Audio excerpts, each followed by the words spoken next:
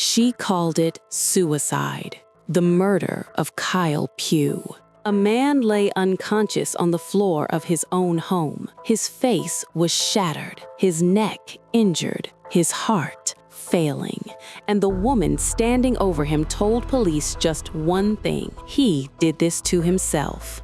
By the next day, Kyle Pugh would be dead, and the lie would already be working. Kyle Pugh was 29 years old. To his family, he was warm, funny, and deeply loyal. To his friends, he was someone who showed up, someone who cared. Kyle had struggled with his mental health in the past. There had been moments of darkness, periods of self-harm, attempts to take his own life. But on the night of March 22, 2022, something was different. Kyle was making plans. He messaged his girlfriend. He spoke to his father. He told friends he would see them later that evening. Kyle was not retreating from life. He was moving forward. Amy Pugh was 34, Kyle's estranged wife. Their marriage had collapsed under the weight of constant conflict. Those closest to them described the relationship using the same word over and over again: toxic. Arguments were common. Alcohol and substance abuse intensified the volatility, and over time, boundaries blurred between love, control, and violence. They were separated, but they were not free of each other. Kyle returned to the house they had once shared. What started as a conversation quickly turned into an argument. The subject was unavoidable: Kyle's new partner. Witnesses would later hear that voices were raised, tempers flared, and then the situation spiraled. Kyle was struck in the face, not once, but with such force that his nose and eye socket were broken. Kyle fought back. This was not a one-sided encounter, but the jury would later hear that Amy gained the upper hand. At some point during the struggle, Amy compressed Kyle's neck. Investigators could not say precisely how: a chokehold, a forearm pressed against his windpipe, or another method entirely. What they could say was this: blood flow to Kyle's brain was restricted. Kyle lost consciousness. His body went limp, and soon after, his heart stopped. What happened next would become one of the most critical moments in the case. Amy did not immediately call emergency services. Instead, prosecutors said, she made a choice. Kyle had a known history of mental health struggles, and Amy would use that history. When she eventually dialed 999, she told operators that Kyle's injuries were self-inflicted.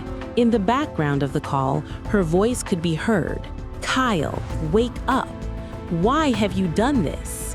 But medical experts would later determine something chilling. Kyle's condition had deteriorated during that delay, and if help had been called sooner, he might have survived. The judge would later say Amy had been composed, clear, persuasive, not panicked, not confused, prepared. Kyle was taken to hospital. He never regained consciousness. He died the following day. At first glance, the story appeared plausible.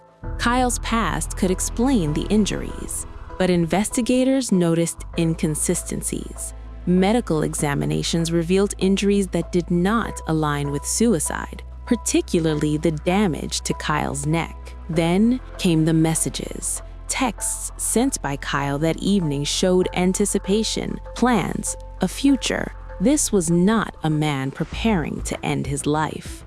At Stafford Crown Court, jurors heard the full picture. They heard about the argument, the violence, the neck compression, and they heard how a lie had been constructed, not in panic, but with intent. In June, Amy Pugh was found guilty of murder.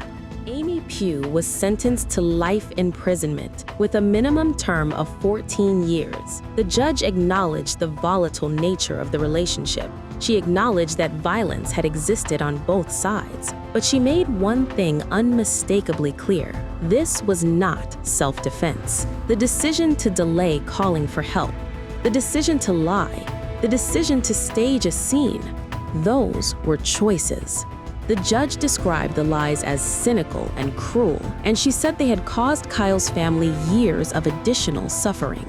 Kyle's father spoke of a son with a great heart, a heart that no longer beats.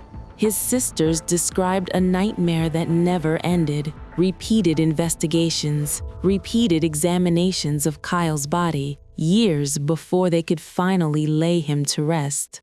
One sister spoke of standing aside in the hospital room, allowing Amy to be with Kyle as he died. Another message cut through the courtroom, a reminder rarely heard, that men can be victims of domestic violence, and that ignoring this reality can be fatal